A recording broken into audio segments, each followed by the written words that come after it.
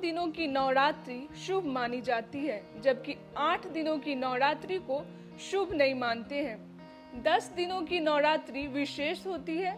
शारदीय नवरात्रि अश्विन शुक्ल प्रतिपदा तिथि को कलश स्थापना के साथ प्रारंभ होती है। अश्विन शुक्ल नवमी तिथि को महानवमी के दिन नौ दुर्गा के 9वें स्वरूप की पूजा और हवन के साथ नवरात्रि का समापन होता है।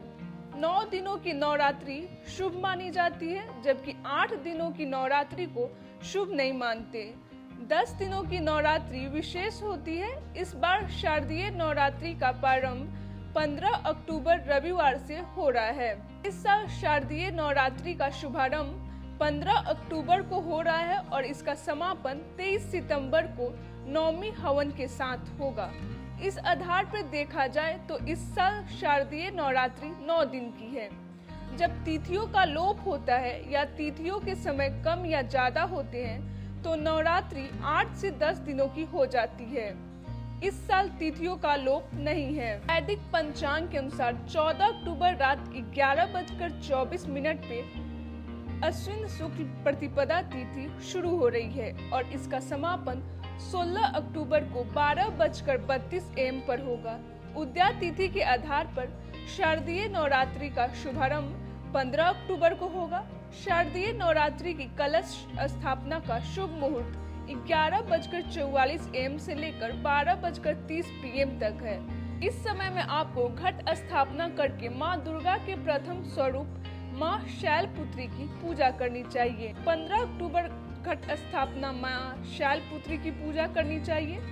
16 अक्टूबर को माँ ब्रह्मचारिणी की पूजा करनी चाहिए। 17 अक्टूबर को माँ चंद्रघंटा की पूजा करनी चाहिए। 18 अक्टूबर को माँ कुष्मांडा की पूजा करनी चाहिए। 19 अक्टूबर को माँ स्कंद माता की पूजा करना चाहिए। 20 अक्टूबर को माँ कात्यायनी की पूजा करनी चाहिए।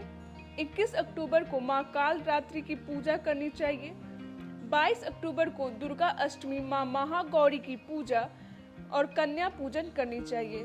23 अक्टूबर को महानवमी माँ सिद्धिदात्री की पूजा और नवरात्रि हवन करनी चाहिए। इस साल विजयादशमी 24 अक्टूबर दिन मंगलवार को है।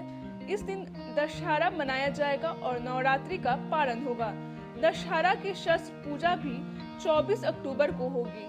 इस साल दुर्गा विसर्जन विजयादशमी के दिन नहीं होगा। जो लोग माँ दुर्गा की मूर्तियाँ रखेंगे वे दुर्गा विसर्जन 23 अक्टूबर को महानवमी के दिन या फिर दशहरा के अगले दिन 24 अक्टूबर बुधवार को करेंगे।